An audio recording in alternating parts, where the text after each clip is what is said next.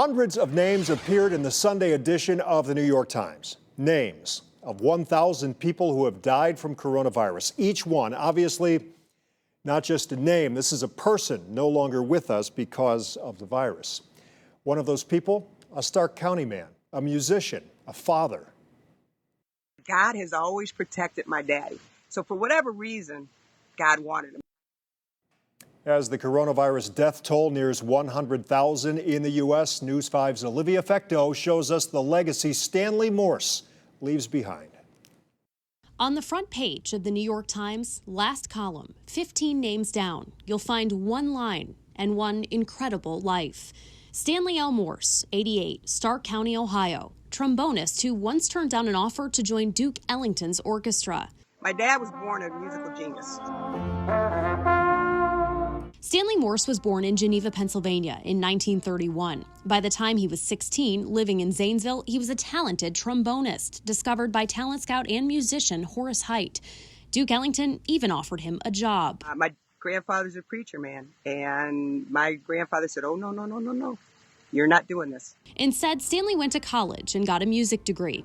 Teaching wasn't for him, so he became a musical arranger, something at which Cheryl Morse says her father excelled. I just remember my dad, even in his 80s, he would sit at and he's always shaking his knee, and he'd be writing.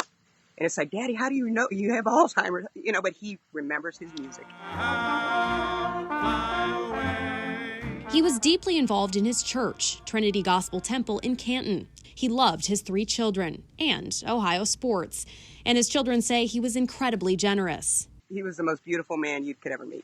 Stan Morse died at age 88, the day before Easter, 1 week after his family learned he'd been exposed to COVID-19 at his Alliance nursing home. They did everything in their power to protect him.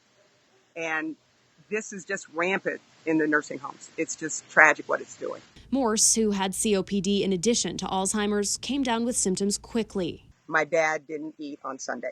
Now, if anybody knows Stan Morse, if he didn't eat, something's seriously wrong with this guy because he loved his food.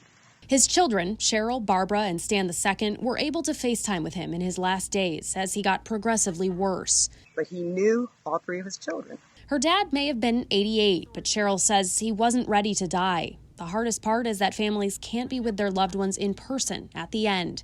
But the family has found comfort in their father's strong Christian faith. He died on Holy Saturday, but we know in our heart where he is, and he's looking down on me.